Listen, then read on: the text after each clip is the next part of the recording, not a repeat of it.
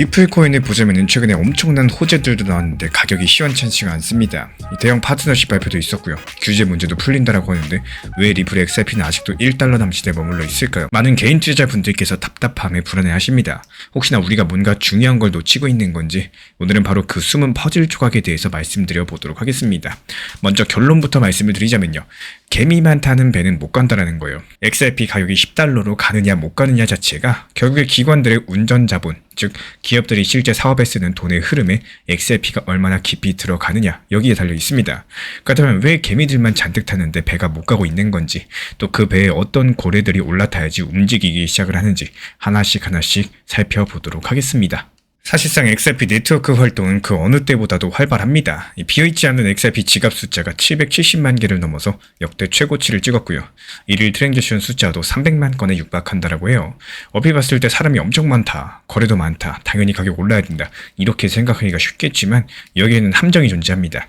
지금 당장 거래가 활발하다고 할지라도 그 거래의 내용이 중요하겠죠.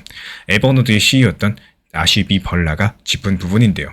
현재 리플렛에서 발생하는 대부분의 트랜잭션이 리테일, 즉 개인 사용자들의 소액 거래라거나 단타 매매에 집중되어 있다고 해요.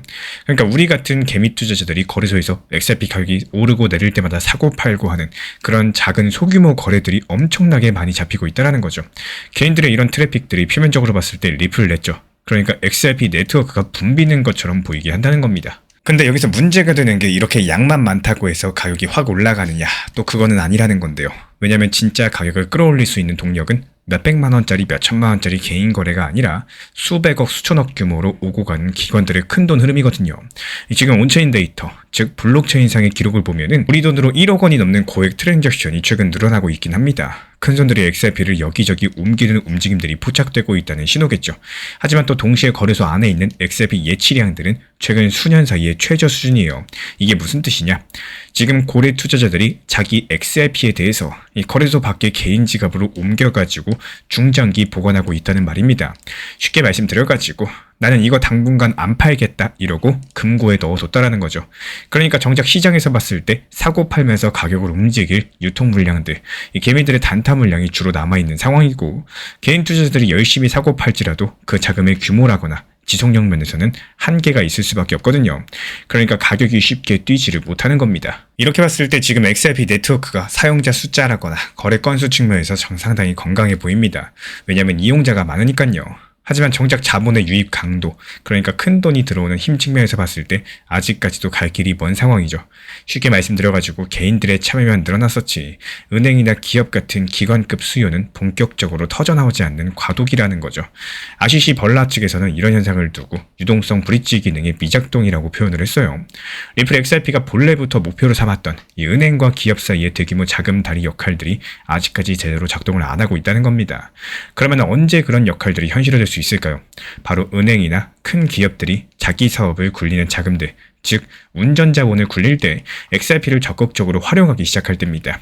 그렇게 기관급의 실제 수요가 터져나와야지 시가총액, 쉽게 말씀드려서 가격에도 유의미한 변화가 생길 거라는 분석이겠죠. 그렇다면 XRP에 대해서 기업의 운전자본으로 쓴다는 것은 대체 무슨 뜻일까요? 그리고 왜 은행이나 기업들은 아직까지 그걸 안 하고 있었을까요?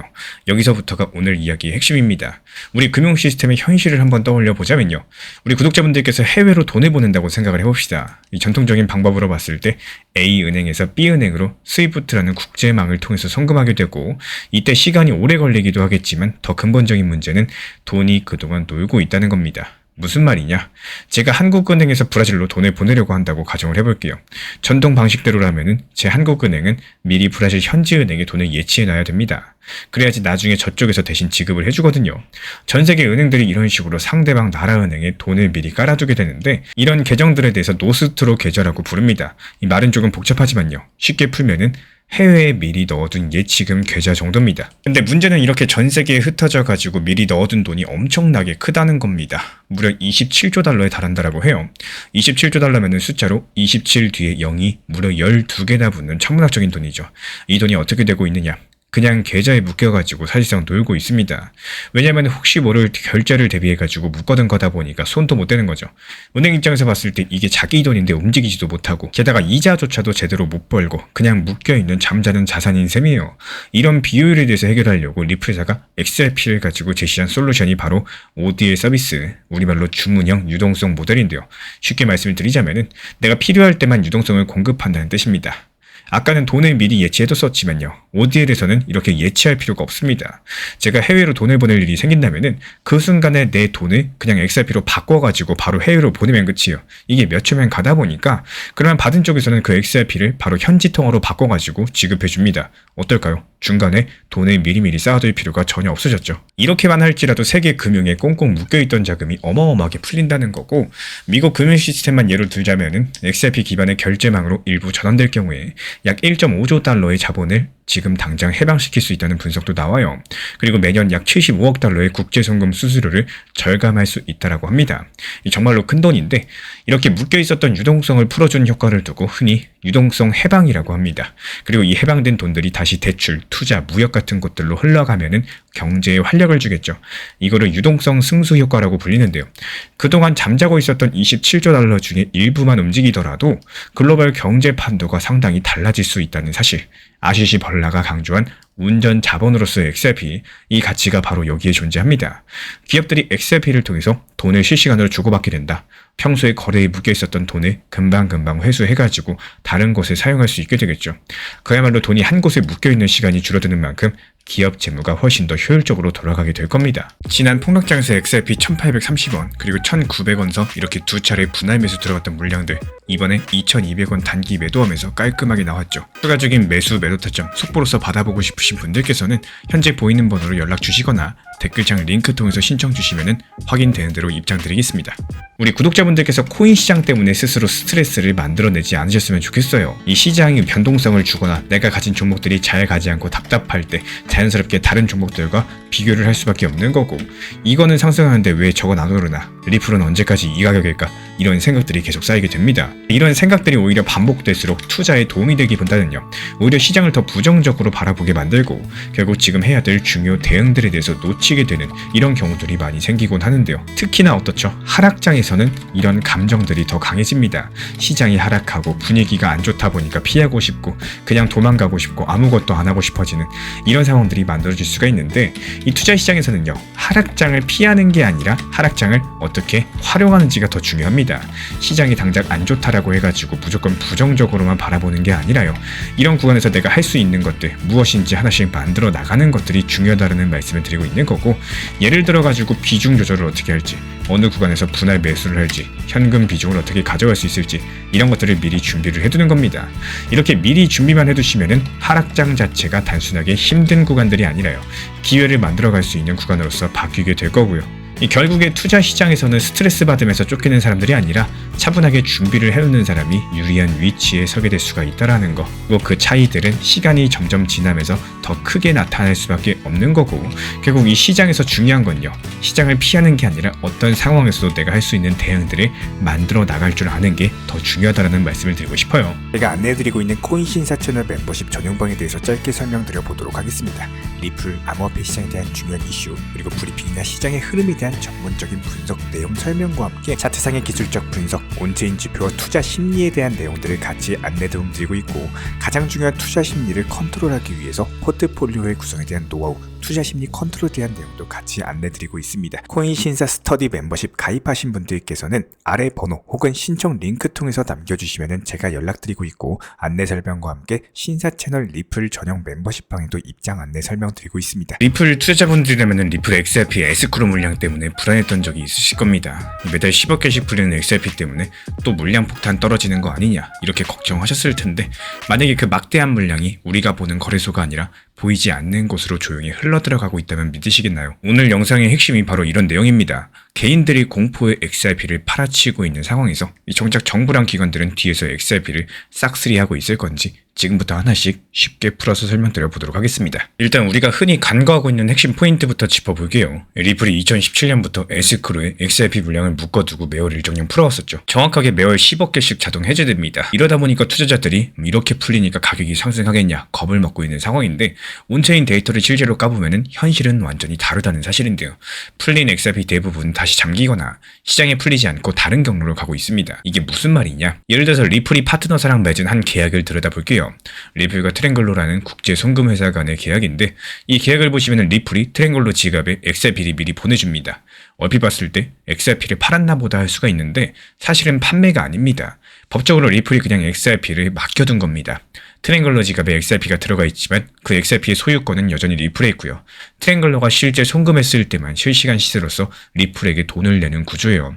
쉽게 말씀드려가지고 XRP를 창고에 미리 채워놨다가 필요할 때만 사용한다는 거고 온체인 기록만 봤을 때도 XRP 수천만 개가 지갑으로 이동해서 덤핑 대기 중처럼 보이지만요. 실제로는 시장에 풀린 게 아닌 겁니다. 그리고 비슷한 패턴은 다른 곳에서도 보입니다. 올해 2월달 리플 회사 지갑에서 2억 개 XRP가 정체 모를 지갑으로 한꺼번에 이동한 사건이 있었습니다. 이 뉴스 보고 많은 분들께서 설마 리플이 저거 시장에 매도 폭탄 던진 거냐 이렇게 놀라셨는데 여기서 온체인 분석가들의 해석은 달랐습니다. 이건 그냥 단순하게 던진 게 아니라 물량을 특정 기관이나 수탁업체 지갑으로 옮긴 정황이라는 거고 이유가 뭐냐? 일반 고래 투자자들도 한 번에 몇백만 XRP 정도씩 옮기는데 2억 XRP 같은 경우는 규모가 차원이 달라요. 이렇게 한 방에 옮긴 거는 새로 인수한 스위스 수탁은행 금고로 보낸다거나요. 또 어떤 큰 손에게 OTC, 이 장외 거래로서 통째로 넘긴 걸로 보는 게 더 자연스럽다는 거죠. 즉 개인들이 차트 보고 불안해하는 사이에 막대한 XRP 물량은 이미 어딘가에 금고로 사라지고 있었다는 얘기입니다. 그렇다면 리플은 왜 이렇게 물밑 작업을 해왔던 걸까요? 여기에는 리플에 숨겨진 전략이 있습니다. 오랫동안 SEC랑 법적인 싸움을 했었죠. SEC가 너희 XRP는 증권이다 이렇게 소송을 걸었던 2020년 이후에 리플은 자기들이 들고 있는 XRP를 함부로 내세울 수가 없었습니다. 괜히 우리 회사에 XRP 자산이 엄청 많다 이렇게 떠벌렸다가는 증권 판매 혐의를 자인하는 셈이 될 수가 있으니까요. 그래서 일부러 XRP 보유량에 대해서 재무제표 앞에 드러내지 않고 또 숨기는 전략까지도 사용을 했다는 거고 아까 말씀드린 파트너 위탁 방식도 역시 그런 맥락이에요. 이 장부에 안 팔린 걸로 처리되니까 SEC 눈치를 피하기가 쉬웠겠죠. 근데 상황이 크게 바뀌었습니다. 2023년 중반 이 법원 판결로서 XRP의 일반 거래소 판매는 증권 아님을 인정받았고요. 이어서 2025년 5월 리플과 SEC가 최종 합의했어요. 리플이 벌금 내고 SEC도 항소 포기하면서 4년 반 끌던 소송이 완전히 끝난 셈인 거죠. 이렇게 리플은 목의 족쇄를 풀어낸 셈입니다. 이제 더 이상 XRP를 숨길 이유가 없는 거고 오히려 적극적으로 드러낼 준비를 하고 있죠. 리플이 곧 IPO 주식 상장을 할 거라는 관측이 많이 있는데요. 이 상장 서류에 그동안 장부에 없었던 XRP 자산을 떳떳이 올릴 수가 있게 된 겁니다. 그렇다면 리플이 보유한 XRP는 과연 얼마나 될까요? 대략 400억 개 이상으로 알려져 있어요. 만약에 XRP 시세를 간단히 한 개당 2달러 정도만 계산을 해봐도 800억 달러, 우리 돈으로 100조 원이 넘어갑니다. 현재 프라이빗 시장에서 리플 기업 가치가 50조 원 정도 수준으로 평가받는다고 하니까요. 숨기던 XRP 자산을 공식적으로 반영하는 순간 기업 가치가 2배 이상 뛸 수 있다는 얘기죠. 실제 사례도 있습니다. 미국의 서클이라는 회사가 달러 연동 코인 USDC를 만들었던 곳인데 상장 추진하면서 기업 가치가 원래 몇 조 원에서 12배 가까이 폭등했거든요. 리플도 소송이 끝난 지금 이 시점에서 상장을 통해 가지고 장부의 마법을 펼칠 수 있게 된 겁니다. 이게 바로 많은 전문가들이 리플의 기업 가치 1000억 달러 돌파할 거다 이런 시나리오를 말하고 있는 이유예요. 그런데 리플이 노리는 거는 단지 자기 회사 가치만이 아니겠습니다. 리플은 이미 글로벌 금융 인프라의 판도를 바꿀 퍼즐 조각들을 대부분 맞춰놓은 상태입니다. 무슨 말이냐? 리플이 최근에 몇 년 동안 눈에 띄지 않게 무려 40억 달러, 한화로 5조 원이 넘는 돈을 들여가지고 크고 작은 회사를 여럿 인수했어요. 이 분야가 전부 다 다른 회사들인데 하나씩 예시를 들어보자면 먼저 첫 번째로 2023년 리플은 스위스의 메타코라는 회사를 2억 5천만 달러에 샀습니다. 이 메타코가 뭐하는 곳이냐? 은행들이 코인을 안전하게 보관할 때 쓰는 금고 서비스를 제공하던 곳입니다. 시트은행, BNP 파리바, 여러가지 큰 은행들, 메타코를 전부 사용해왔죠. 리플이 그걸 통째로 인수했다라는 거고 2024년에는 미국 뉴욕에서 규제받는 수탁회사도 하나 샀어요. 이 뉴욕의 금융당국 라이선스를 가진 스탠다드 커스터디라는 회사인데요. 이렇게 유럽부터 미국까지 기관들이 마음 놓고 코인을 맡길 수 있는 이런 통로를 리플이 모두 확보해버린 겁니다. 은행의 돈 보관서를 손에 넣은 거죠. 그리고 두 번째, 2025년 리플은 히든로드라는 회사를 12억 5천만 달러나 주고 인수했습니다. 이 히든로드가 원래 기관들을 위한 거래 플랫폼인데요. 헤지펀드, 은행 같은 곳들이 외환이나 암호자산을 대량으로 거래하고 또 빌리고 청산해주는, 말씀드리자면 미국 월가에 보이지 않는 혈관 같은 이런 역할을 하던 네트워크입니다. 전 세계에서 연간 3조 달러 규모의 거래를 청산하던 시스템인데 이걸 리플이 먹고 리플 프라임이라는 이름으로 바꿔버렸습니다. 이제 기관들이 굳이 외부 거래소 거치지 않고도 리플 프라임 안에서 대규모로 코인 사고 팔고 또 대출하고 파생상품 거래까지도 전부 다 할 수 있게 완벽한 인프라를 깔아놨다라는 거예요.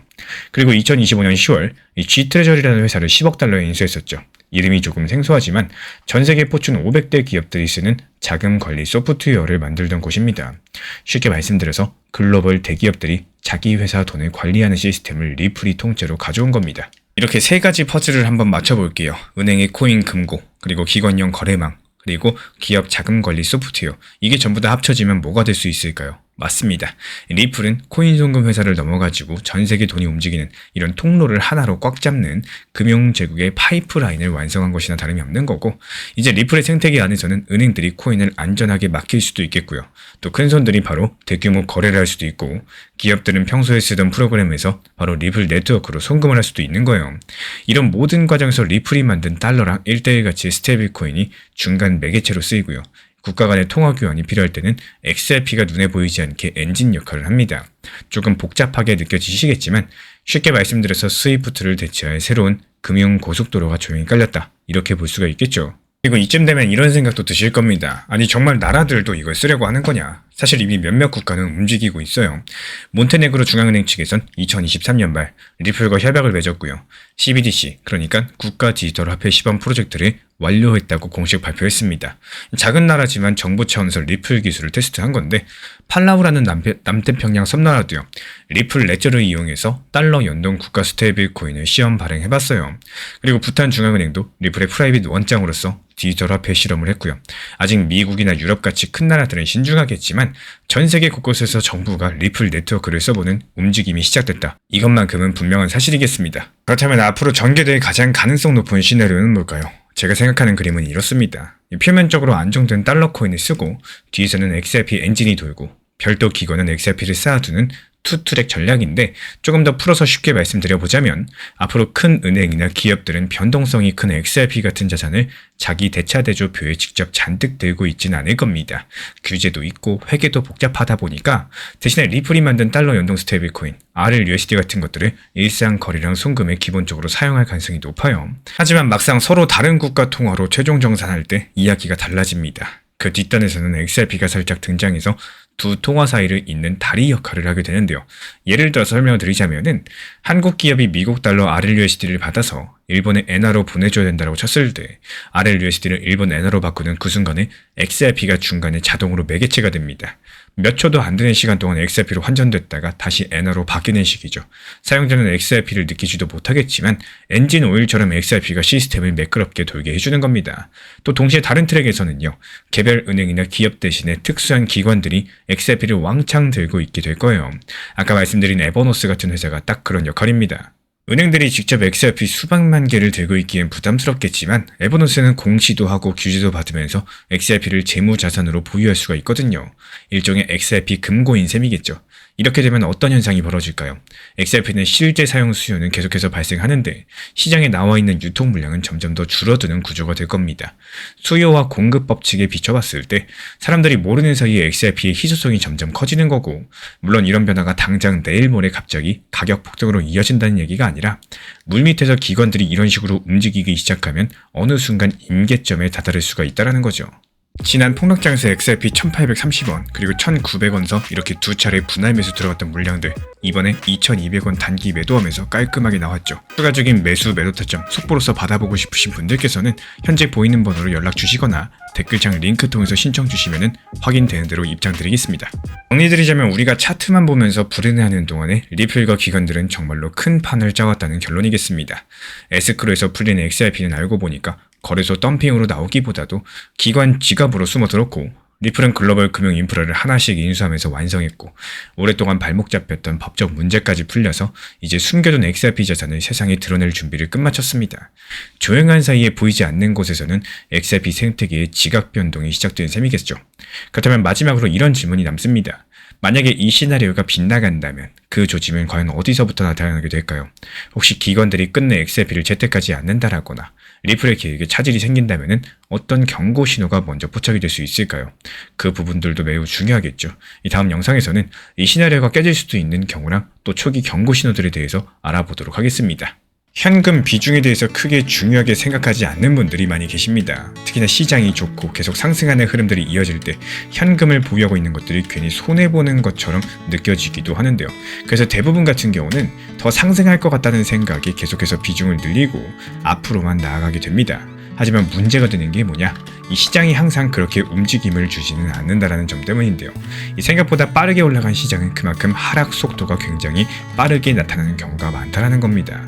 상승할 때는 천천히 올라가는 것 같다라고 할지라도 이게 하락이 시작되면 순식간에 분위기가 바뀌는 경우들 많이들 경험을 해보셨을 겁니다. 이럴 때 현금 비중의 유무가 굉장히 큰 차이점을 만들어내곤 하는데요. 현금이 없는 상태에서는 시장이 하락해도 대응할 수 있는 방법이 거의 존재하지 않습니다. 그냥 지켜보거나 이렇게 버티는 이런 선택밖에 남지 않게 되는데, 반대로 현금 비중을 어느 정도 확보해 놓은 상태라면은 이 시장이 하락할 때도 선택지라는 게 생깁니다. 내가 계획해뒀던 구간에서 분할 매수를 할 수도 있고 더 유리한 가격에서 비중을 늘려나갈 수도 있습니다. 그리고 시장이 갑자기 상승으로 전환됐을 때 현금 비중이 있다면은 조급하게 또 따라 들어가기보다는 계획된 매수 전략으로서 대응할 수 있는 여유라는 것들이 생깁니다. 그래서 현금은요, 단순하게 아무것도 하지 않는 돈이 아니라 시장 상황에 따라서 언제든지 활용이 가능한 하나의 종목이다라고 생각하시는 게 맞겠습니다. 이 상승장에서는 기회를 놓치지 않게 도와주고요, 하락장에서는 더 좋은 기회를 만들어주는 역할을 해주기 때문에 결국 투자 시장에서는 이 상승과 하락이 항상 함께 존재한다는 사실, 그리고 그 사이에서 얼마나 유연하게 대응할 수 있느냐는 결국에 현금 비중을 어떻게 관리할 수 있느냐, 여기에 따라서 크게 달라지게 될 거고, 결국 현금 비중을 잘 활용하는 사람이 이 시장이 흔들릴 때 투자 심리만큼은 흔들리지 않고 기회를 만들어갈 수 있는 사람이 되실 겁니다. 많은 분들께서 현금 비중에 대해 중요함을 느끼고 있지만요, 활용을 못하시는 분들, 현금 비중 들고 있으면 괜히 스스로 불안감을 느끼시는 분들이 많이 계시는데, 이 현금 비중을 단기 종목에 활용한다고 해서 무리하게 큰 비중으로 들어가거나 또 목표 타점에 대한 계획도 없이 너무 높은 타점을 계획하게 되면 결국에 수익 실현보다는 스쳐 지나가는 수익만 보고 또 타점을 놓치게 되는 경우가 반복되곤 하는데요. 그러다 보면 시장이 안 좋게만 느껴지고 알트 단기 종목들에 대해서 부정적으로만 생각을 하게 됩니다. 이 단기 종목은 단기 종목답게 접근해야 된다는 걸 생각을 하면서 항상 목표 타점을 걸어놓고 안정적으로 운영하시는 것들을 습관화하시면 분명히 큰 도움이 되실 겁니다. 일론 머스크가 드디어 엑스머니를 4월달에 출시한다고 공식 발표했습니다. 근데 정작 도지코인은 이번 1차 출시에서 빠진다는 소식에 실망하신 분들 많이 계실 거예요. 머스크가 도지코인을 버린 거냐, 이렇게 불안해지시겠죠. 근데 여기서 이상한 일이 하나 있습니다. 개미들이 오히려 실망해서 던지는 사이에 도지코인 고르들의 움직임들이 심상치가 않아요. 물밑에서 수백만 개의 도지를 현재 모아가고 있는 상황이고요. 이유가 뭘까요? 도지코인이 빠졌는데 오히려 큰손들은 도지코인을 조용히 쓸어담고 있습니다. 오늘은 바로 그 이유, 머스크의 숨겨진 빅피처를 낱낱이 파헤쳐 드려 보도록 하겠습니다. 먼저 현재 상황부터 간단히 정리드려 볼게요. 머스크가 트위터를 인수하고 이름도 X로 바꾸면서 미국판 위챗을 만들겠다. 즉 X를 메신저부터 결제까지 다 되는 모든 것의 앱, 에브리띵 APP로 키우겠다는 선언을 했습니다. 그리고 그 첫걸음이 바로 엑스머니예요. 쉽게 말씀드려가지고 트위터 X 앱 안에 들어가는 송금 지갑 기능입니다. 친구한테 돈 보내거나 X에서 물건 사고 팔거나 크리에이터들에게 후원도 할 수 있는 여러가지 전자결제 플랫폼이 된다라는 거죠. 머스크가 이걸 위해 가지고 2024년부터 2025년까지 미국 각 주에서 돈을 다룰 허가증, 즉 자금 송금업 라이선스를 싹 다 받아냈습니다. 무려 40개 주 이상에서 허가를 얻었고요. 하지만 아직까지 몇 군데가 비어있죠. 특히 뉴욕주에서는 승인을 못 받았고요. 뉴욕이 미국 금융의 심장인데 규제가 어마어마하게 까다롭습니다. 가상자산을 다루려면 보통 라이선스 말고도 비트 라이선스라는 이 특별 허가까지 받아야 되기 때문에 그런데요. 여기서 많은 분들께서 놓치는 핵심 포인트가 하나 있습니다. 머스크가 왜 첫 번째 출시 엑스머니에 도지코인을 안 넣었느냐라는 부분인데요. 이게 머스크가 일부러 그렇게 선택한 겁니다. 만약에 초반부터 엑스머니에 도지나 비트코인 같은 이 가상자산 전송 기능을 넣었다면 어떻게 됐을까요? 지금 당장은 뉴욕같이 규제가 심한 주에서는 우리 허가 없으면 안 돼, 이렇게 제동을 걸었을 거고, 심하면은 미국 증권거래위원회에서 그 코인 증권 아니냐, 이 시비를 거는 여러 가지 일들이 산으로 갔겠죠. 실제로 2025년 5월 뉴욕주 상원의원 몇 명이 뉴욕 금융감독국에 엑스머니 허가내주지 마라 이렇게 공식적인 서한까지 보냈습니다. 이유가 뭐였냐? 머스크가 정부 자문 역할로 있었던 정부 효율부라는 조직에서 여기서 얻은 데이터로서 사익을 챙길 수 있다는 의혹들, 그리고 트위터 인수 이후에 개인정보를 함부로 다룬 거 아니냐는 우려 때문이었어요. 한마디로 정치권에서도 머스크의 금융 진출을 달가워하지 않았었던 거죠.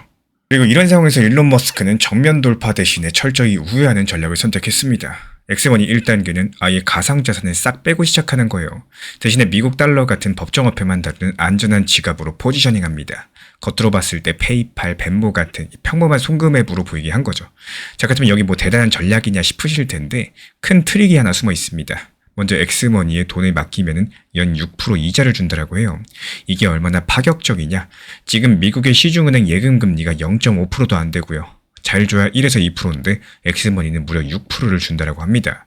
일반 핀테크 경쟁사들도 4에서 5% 정도다 보니까 6%라면 거의 천장을 뚫은 수준이죠. 누구나 A 6% 이거 사기 아니냐 이렇게 할 법하신데 이건 머스크가 일부러 손해보면서 유저를 끌어들이려는 미끼입니다. 실제로 과거 중국의 위챗페이가 똑같은 방식을 썼었고 2014년 위어바오라는 고금리 상품을 내놔서 0.01위안만 있어도 은행 이자보다 높은 수익을 줬어요. 그랬더니 어떻게 됐냐? 평범한 수억 명 위챗 이용자가 돈을 맡기게 되면서 한순간에 투자자가 되어버렸고 다들 은행에 돈 주는 대신에 위챗에 돈을 넣어뒀다라는 거죠. 머스크의 엑스머니도 이 6% 이자로서 미국 사용자들의 잉여 현금을 확 빨아들이겠다는 계산입니다. 만약에 엑스 사용자가 6억 명인데 그중에 일부만 기존 은행 페이팔에 넣어둔 돈을 빼가지고 엑스머니에 옮긴다. 순식간에 수십조 원 규모의 돈이 엑스 속에 갇히게 되겠죠. 그리고 또 한 가지, 돈을 안전하게 보관해주는 것도 중요합니다. 엑스머니에 돈 넣어놨다가 날아가면 큰일이기 때문에 그래서 엑스머니 자체적으로 돈을 들고 있는 게 아니라 크로스 리버 은행, 이런 파트너 은행에 우리 돈을 보관을 해요.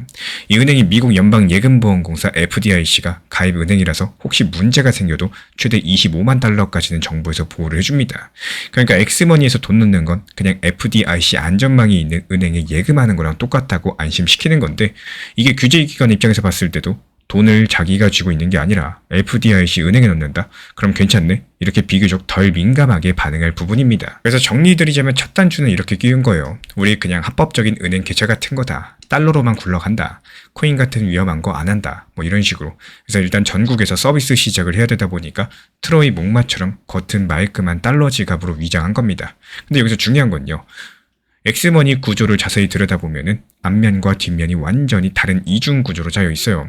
겉에서 유저가 보는 화면은 달러만 오고 가고 전통적인 은행 서비스처럼 보이지만 또 뒤쪽의 백엔드에서는 이미 엄청난 크립토 기술이 깔리고 있습니다. 작년 12월이었죠. 전세계 최대 카드 회사 비자가 조용히 발표한 새로운 시스템이 하나 있습니다. 바로 서클 스테이블코인 전산망이고요. 이 서클 같은 경우에 미국 달러랑 가치가 1대1로 똑같이 묶여있는 스테이블코인인데 비자가 이 서클을 가지고 결제를 정산하는 실험을 시작을 했고 어디서 있느냐? 바로 솔라나라는 블록체인 위에서 돌렸습니다. 초당 수천 건 처리가 가능한 빠른 블록체인이 바로 솔라나죠. 여기서 비자가 들어가가지고 365일 24시간 은행 간 결제를 해봤습니다. 왜 이런 걸 했냐? 우리가 평소 쓰는 카드나 은행 송금 이런 망들은 주말에는 멈추죠. 돈 보내면 최종 정리가 2, 3일씩 걸리는 낡은 방식이다 보니까 비자는 이거 블록체인 쓰면 몇 초 만에 결제 끝나고 쉬는 날 없이 돌릴 수 있는데 뭐하러 은행망 쓰냐 이런 식으로 나오게 된 겁니다. 그래서 재밌는 거는 그 실험에 처음 참여한 미국 은행 중에 하나가 바로 크로스 리버 은행. 이미 들어본 이름이죠. 엑스머니에서 우리 예금 보관해주는 바로 그 은행이요. 이게 의미하는 바가 뭘까요? 머스크가 겉으로 우리 전통금융이야 이러면서도 그 뒤에서 이미 비자랑 파트너 은행을 통해서 블록체인 기반 새로운 결제 파이프라인을 깔아두고 있다는 뜻이겠습니다. 이게 유저들 눈에서 봤을 때 달러가 오가고 6% 이자 붙는 것만 보이지만 실제로 그 돈이 오갈 때 비자의 서클 네트워크를 통해서 슝슝 이동이 가능하다는 거고 예를 들어서 제가 엑스머니로 미국에 있는 친구한테 100달러를 보낸다고 칩시다. 표면적으로 그냥 제 계좌에서 친구 계좌로 100달러가 간 건데요. 하지만 그 내부에서는 이 크로스 리버 은행이 100달러 상당의 서클 코인을 솔라나 체인으로 보내고요. 또 받은 쪽에서 다시 100달러로 바꿔주는 이런 식으로 처리가 될 수 있다는 사실. 이렇게 하면 일반 은행 송금처럼 몇 날 며칠 걸릴 것 없이 거의 순간이동하겠죠. 수수료도 훨씬 더 저렴할 거고 겉은 달러인데 속은 크립토 기술. 완전 하이브리드 결제 아키텍처입니다. 그래서 머스크 입장에서 봤을 때 자기들이 직접 도지코인 네트워크 쓰겠다. 비트코인 전송 처리하겠다. 이렇게 나설 필요도 없겠고 비자랑 은행 파트너들이 이미 최고 속도로 굴러가는 레일을 깔아줬으니까요. 그러면 다시 도지코인 이야기로 돌아와 볼게요. 앞으로도 그냥 스테이블 코인만 쓰고 도지코인은 안 쓰면 어쩌나 이렇게 걱정이 되실 수도 있겠는데 머스크의 큰 그림은 사실상 여기서부터 시작이 됩니다. 이 진짜 승부수는 결제 그 자체가 아니라는 사실. 머스크가 노리는 건요. 접근성과 즉 얼마나 쉽게 많은 사람이 가상자산에 손댈 수 있게 만드느냐. 바로 여기에 존재하고 있습니다. 2026년 2월 엑스의 프로젝트 책임자 니키타 비어 측에서는 정말 재밌는 예고를 하나 했어요. 이 스마트 캐시태그라는 기능을 곧 출시한다는 겁니다. 이게 뭐냐? X 타임라인을 쭉 보다가 이 도지나 테슬라 같은 주식이나 이 코인 티커를 봤을 때 그걸 바로 클릭해서 차트를 보고 즉시 매수 매도가 가능하게 해주는 기능인데요. 여기에서의 포인트는 X가 직접 주식 중개업자나 거래소 역할을 하는 게 아니라요. 이토로 같은 파트너사 API 연결해가지고 거래를 중개해주는 방식입니다. 그러니까 규제상으로 X가 우리가 증권 거래소입니다. 이러는 게 아니니까 한결 더 자유롭겠죠. 그리고 더 중요한 점, 이미 많은 유저들이 X머니에서 달러를 쌓아두고 있게 된 상황이라는 건데 아까 6% 이자 준다고 했었죠. 이 사람들 잔뜩 현금을 옮겨올 겁니다. 그리고 멋진 검은색 X 비자 카드에 결제할 때 캐시백 3% 준다고 하니까 다들 X머니에서 돈 넣어 쓰고 싶어 할 겁니다. 그렇게 X머니 지갑에 돈이 가득한 상태에서 어느 날 머스크가 X에다가 도지코인 투더문 이런 식으로 밈을 올렸다고 상상을 해볼까요? 예전 같았으면 사람들이 코인 사고 싶어도 별도 앱 열고 돈 또 옮기고 복잡했을 텐데 이제는 X 타임라인에서 도지 표시만 누르면은 내 X머니에 있던 달러로 바로 도지코인 매수가 가능합니다. 엄청나게 간편한 시스템이죠. 너무 쉬워지다 보니까 심지어 이 트윗 재밌네 이러면서 크리에이터한테 도지코인으로 팁을 바로 선물도 가능해요. 이렇게 되면 무슨 일이 일어날 수 있을까요? 수백만, 수천만 명의 일상 속에 도지코인이 스며든다는 거고 기지개 켜는 것처럼 자연스럽게 굳이 스타벅스 가서 도지로 결제하세요. 테슬라 차를 도지로 사세요. 이렇게 밀어붙일 필요도 없습니다. X라는 플랫폼 안에서 도지가 흘러다니게 만드는 건데요. 저는 이 순간이야말로 도지코인이 진짜 폭발할 수 있는 타이밍이다라고 생각을 합니다. 실제로 온체인 데이터를 보면은 머스크의 이런 숨은 움직임들에 기민하게 반응하는 세력들이 있죠. 바로 고래라고 불리는 큰손들.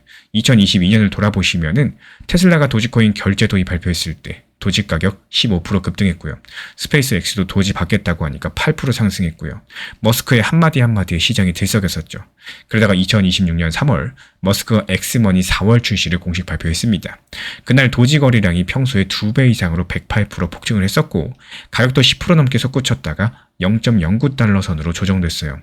처음에 다들 드디어 도지 쓸 수 있나 이렇게 기대감을 가졌다가 어라 이거 도지는 빠졌네 이러면서 실망감에 흔들린 겁니다. 근데 바로 그때 고래 지갑들은 움직였습니다. 블록체인 기록 추적해보니까 3월 중순 단 3일 동안 도지코인을 10만 개 이상 들고 있던 큰 지갑들에서 4억 7천만 개의 도지가 새로 담겼고 엄청난 물량이라고 볼 수밖에 없겠죠.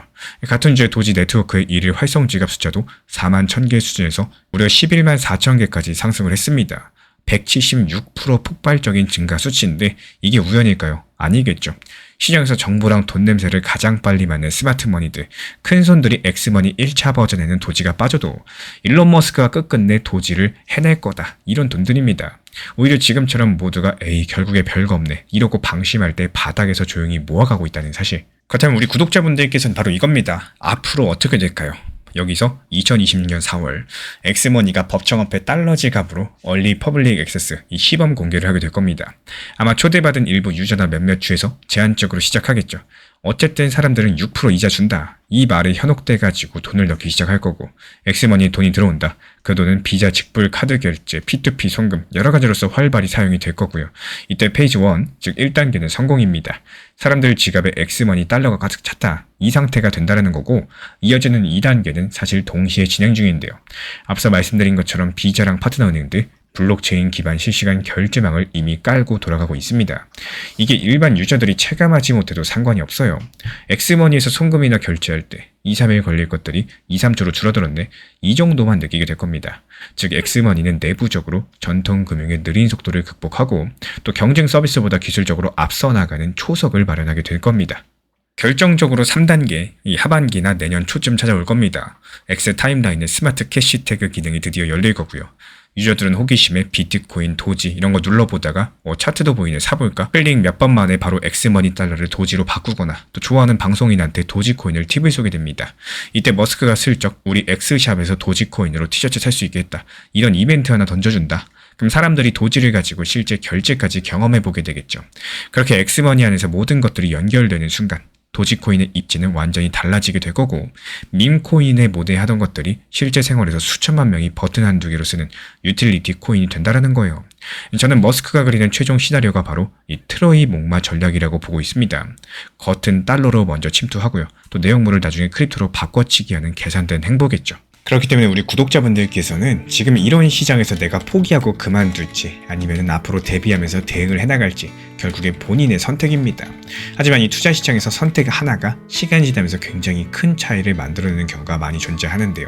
많은 분들께서 이미 평균 단가가 높고 마이너스가 난 이런 상황들에서 어차피 물렸으니까 그냥 보유만 할란다, 이렇게 생각을 하시는 경우가 상당히 많습니다. 물론 장기적으로 기다리는 것도 하나의 방법일 수 있겠지만요. 아무런 계획 없이 그냥 단순하게 버티기만 하는 것은 또 다른 문제를 만들 수도 있겠습니다. 반대로 지금 이 시장에서도 내가 할 수 있는 대응들 고민하고 또 앞으로 어떤 식으로 운영을 해나갈지 계획을 세우시는 분들도 계십니다. 비중 조절을 어떻게 할까? 어느 구간에서 분할 매수를 통해서 평단을 낮출까? 어느 시점에서 일부라도 매도를 할까? 이런 부분들을 미리미리 준비해 두는 건데요. 이 두 가지가 시간 지나면 어차피 확실한 차이라는 것들을 만들어낸다라는 거고, 같은 시장에 대해서 겪고 있음에도 불구하고 한쪽은 단순하게 버티기만 하게 되고 또 다른 한쪽은 점점 더 유리한 구조로서 계좌를 만들어갈 수가 있겠죠. 특히 시장이 다시 반등하고 상승장이 되는 순간들 그 차이는 더 크게 드러날 수밖에 없습니다. 준비 없이 버틴 사람 다시 한번 고민을 하게 될 거고요. 준비해온 사람 이미 계획대로 대응을 이어나갈 수가 있기 때문이겠습니다. 그래서 항상 말씀드리는 것이 원칙 매매와 비중 조절이고, 지금 당장의 상황 보시고 판단하시기보다는 앞으로의 흐름까지 고려하셔서 대응할 수 있는 구조를 만드는 것들이 중요하다라고 말씀을 드리고 싶어요. 결국에 이 투자 시장에서는 같은 시간을 보내더라도 어떻게 준비했느냐에 따라서 결과가 완전히 달라지게 될 겁니다. 그 차이가 상승장이 왔을 때 분명하게 드러나게 될 거고요. 제가 안내해드리고 있는 코인 신사 채널 멤버십 전용방에 대해서 짧게 설명드려 보도록 하겠습니다. 리플, 암호화폐 시장에 대한 중요한 이슈, 그리고 브리핑이나 시장의 흐름에 대한 전문적인 분석 내용 설명과 함께 차트상의 기술적 분석, 온체인 지표와 투자 심리에 대한 내용들을 같이 안내 도움드리고 있고, 가장 중요한 투자 심리를 컨트롤하기 위해서 포트폴리오의 구성에 대한 노하우, 투자 심리 컨트롤에 대한 내용도 같이 안내드리고 있습니다. 코인 신사 스터디 멤버십 가입하신 분들께서는 아래 번호 혹은 신청 링크 통해서 남겨주시면 제가 연락드리고 있고, 안내 설명과 함께 신사 채널 리플 전용 멤버십 방에도 입장 안내 설명드리고 있습니다. 지난 폭락장에서 XRP 1830원 그리고 1900원서 이렇게 두 차례 분할 매수 들어갔던 물량들, 이번에 2200원 단기 매도하면서 깔끔하게 나왔죠. 추가적인 매수 매도 타점 속보로서 받아보고 싶으신 분들께서는 현재 보이는 번호로 연락 주시거나 댓글창 링크 통해서 신청 주시면 확인되는 대로 입장 드리겠습니다.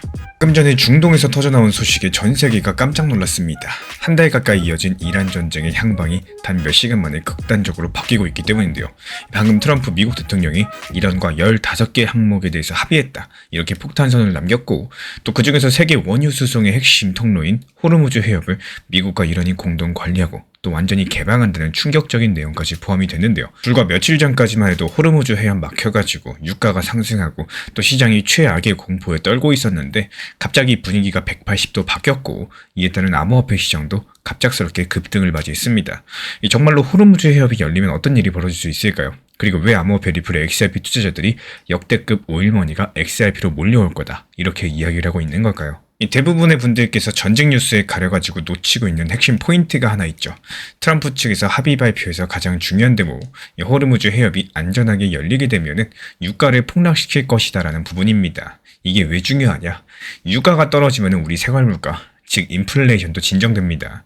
기름값 내려가면 공장 가동비, 물류비 줄어들죠. 물가 상승 압력이 확 꺾이기 때문에 물가만 잡혀주면 그동안 금리를 올려가지고 돈줄을 재던 미국 중앙은행, 연준 측에서도 드디어 금리 인하라거나 또 양적 완화 같은 돈 풀기 정책을 할 명분이 생깁니다.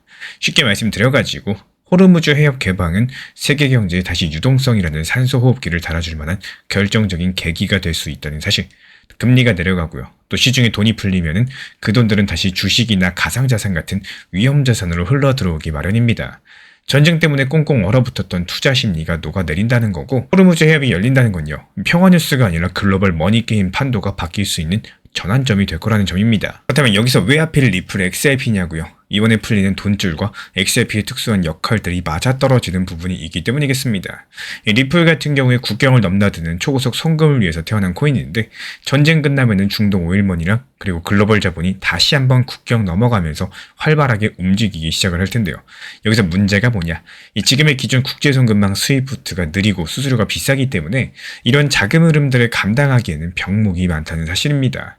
그럴 때 단 몇 초 만에 거의 공짜로 돈을 해외로 보낼 수 있는 이 XRP 기반의 네트워크가 주목받을 수밖에 없다라는 거고, 실제로 리플사는 중동 두바이에 본부를 세우고 또 아랍에미리트 두바이 금융당국에 정식적인 라이선스까지 이미 따놨습니다. 그리고 두바이의 젠드뱅크, 핀테크 기업 마무 같은 여러가지 현지 업체들과 손잡고 중동 곳곳에 리플 결제망을 깔아둔 상황이죠.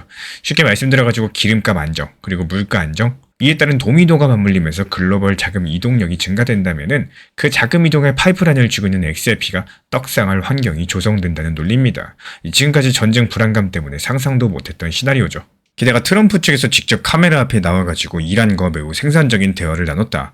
15개 항의 합의에 대해서 서로 동의했다고 발표를 한 겁니다. 모두 깜짝 놀랄 수밖에 없었죠.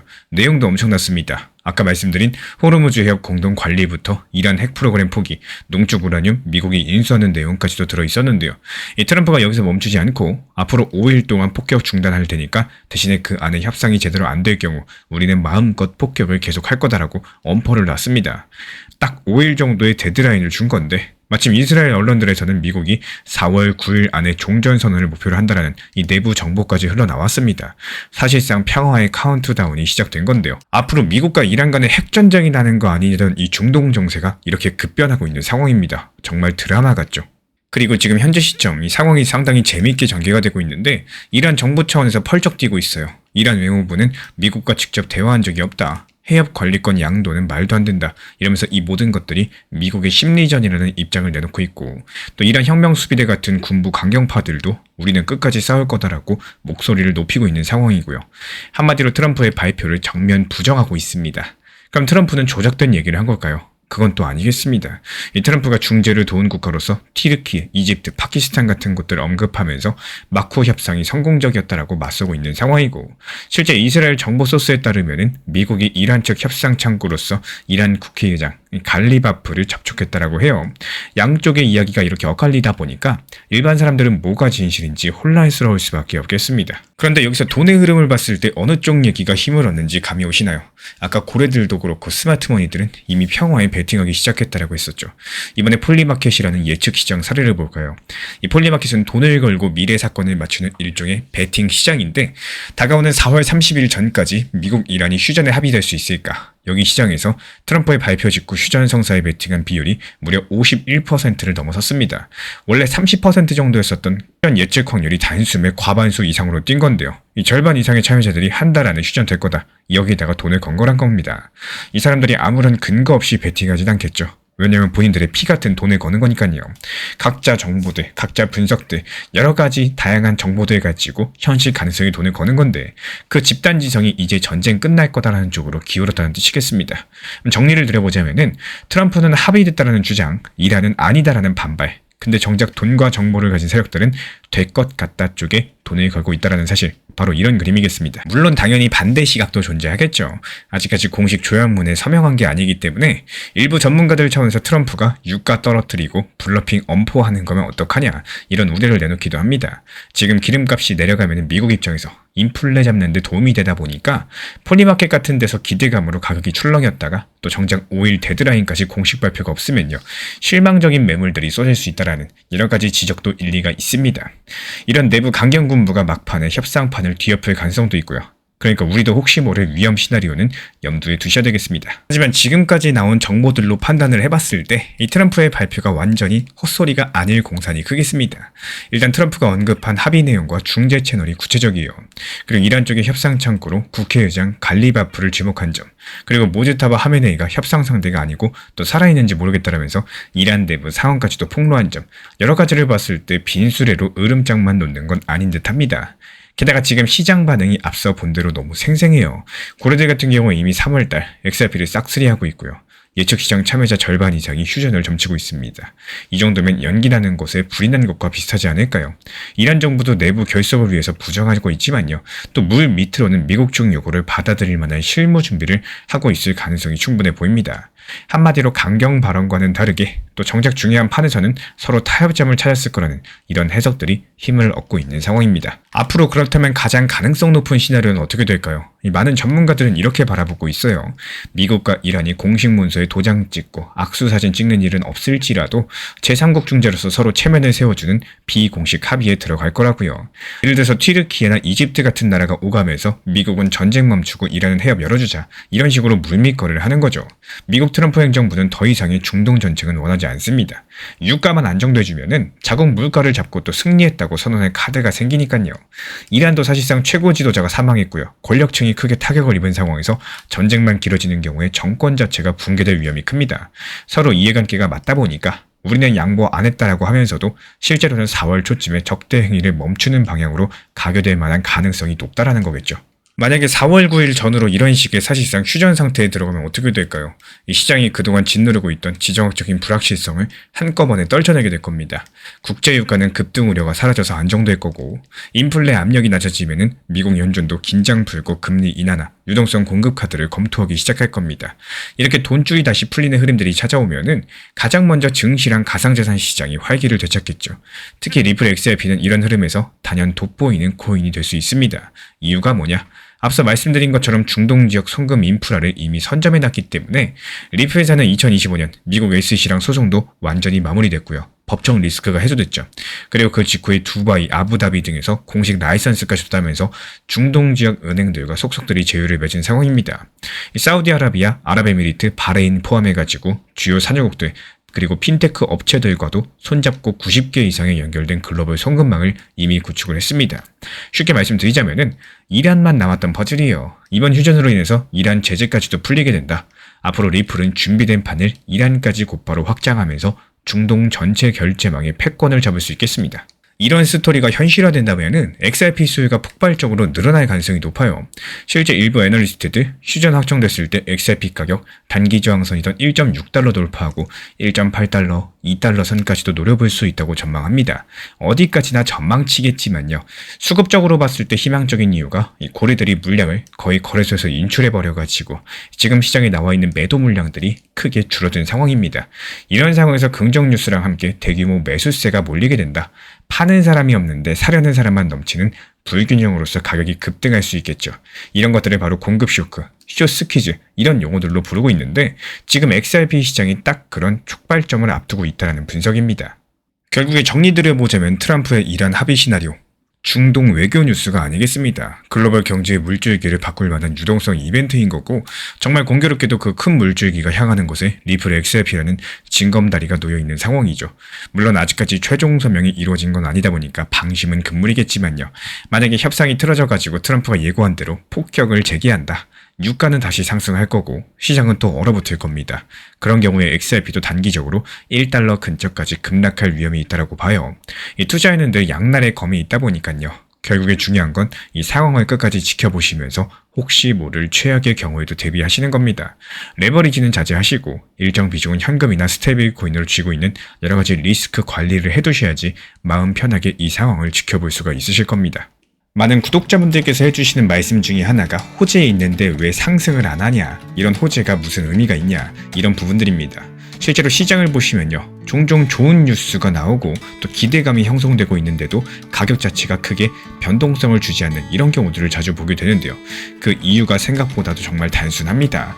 요즘 시장에서는요. 이 대부분의 호재들이 이미 많은 사람들에게 알려져 있는 경우가 많고요. 또 누구나 알고 있는 정보는 더 이상 강력한 재료로서 작용하기보다는 오히려 이미 그 가격에 어느 정도 반영되어 있는 이런 경우들이 많다라고 볼 수가 있겠습니다. 특히나 시장 자체가 하락 흐름에 잇따라거나 전체적인 거래량이 줄어들고 움직임 자체가 둔화된 이런 상황에서는 아무리 좋은 호재가 나올지라도 그 기대감만큼 크게 상승으로 이어지지 않는 경우가 많다라는 거예요. 이 시장 분위기 자체가 받쳐주지 않으면 재료 하나로서 흐름을 바꾸기가 쉽지 않기 때문이겠죠. 그래서 단순하게 호재니까 상승한다 이런 접근보다는 한 단계 더 깊게 생각해 볼 필요가 있겠습니다. 바로 호재 속에 숨어있는 이 리스크들, 그리고 반대로 악재 속에 숨어있는 기회를 보는 시각인데요. 예를 들어가지고 호재가 나왔다는 것은 이미 많은 사람들이 기대감을 갖고 있다는 의미일 수 있겠고, 그 기대감이 과하게 반영이 되어 있다면 오히려 그 시점이 단기적인 매도 타점이 될 수 있겠죠.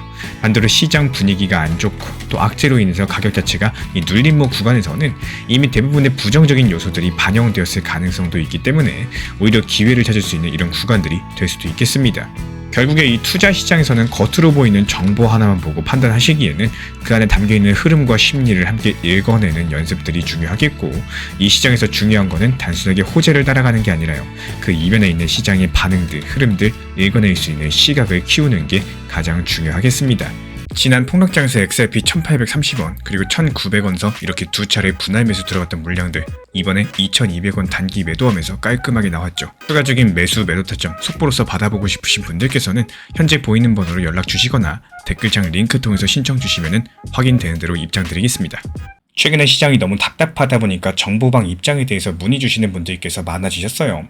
먼저 제일 중요하지만요, 제가 안내드리는 모든 정보방은 업비트, 빗썸, 현물 매매로서만 안내 도움드리고 있습니다. 지금 화면에 보이시는 번호나 혹은 댓글 링크에 있는 신청란을 통해서 신청 주시면은 안내를 도움드리고 있고요. 이 세 가지 방 중에 필요로 하신 방을 체크해서 신청 주시면은 필요로 하신 방에 맞춰가지고 입장 안내 드리고 있습니다. 먼저 리플 전용방 같은 경우에 리플에 대한 중요 이슈, 그리고 리플에 대한 단기 저점과 단기 고점, 중장기적으로 보는 중요 타점 같은 핵심 내용에 대해서 안내드리고 있기 때문에 영상 시청해주시는 우리 구독자분들께서 리플이라는 코인이 장기적으로 좋다라는 건 알고는 있지만 현재 같은 시장에서는 많은 답답함을 느끼시는 분들께서 정말로 많이 계실 거라고 생각을 합니다. 이 적당한 일부 비중은 단기 고점과 저점을 살려서 효율적인 대응을 만들어 가시고, 또 오히려 중장기적으로 더 잘 가져가기 위한 효율적인 매매하시는 것들을 추천드려요. 그리고 두 번째로 종합 브리핑방입니다.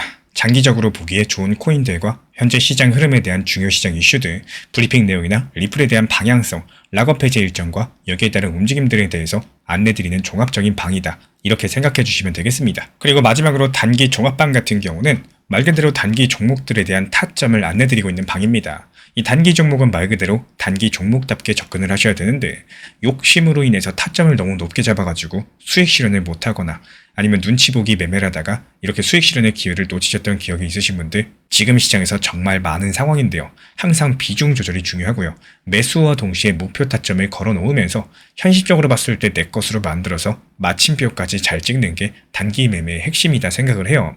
단 여기서 중요한 거, 아무리 내가 좋아하고 시기가 좋고 스스로 괜찮다고 판단하셔도 몰빵 매매는 정말 위험하기 때문에 매번 말씀드리는 비중 조절 원칙 매매로 접근하시는 게 가장 중요합니다. 끝으로 항상 말씀드리고 있지만요, 저는 업비트, 빗썸, 현물 매매에 대해서만 안내를 도움드리고 있기 때문에 절대로 해외거래소, 선물 매매에 대한 고위험 리스크 매매에 대해서는 언급조차 드리지 않고 있습니다. 무조건적으로 업비트, 빗썸, 이렇게 현물 매매로 필요하신 분들께서만 입장 신청 주시면 안내 도움 드리도록 하겠습니다. 이 빠르게 가는 것보다 중요한 건요, 꾸준하고 길게 가는 게 더 중요한 투자 시장이다, 이렇게 생각을 해요.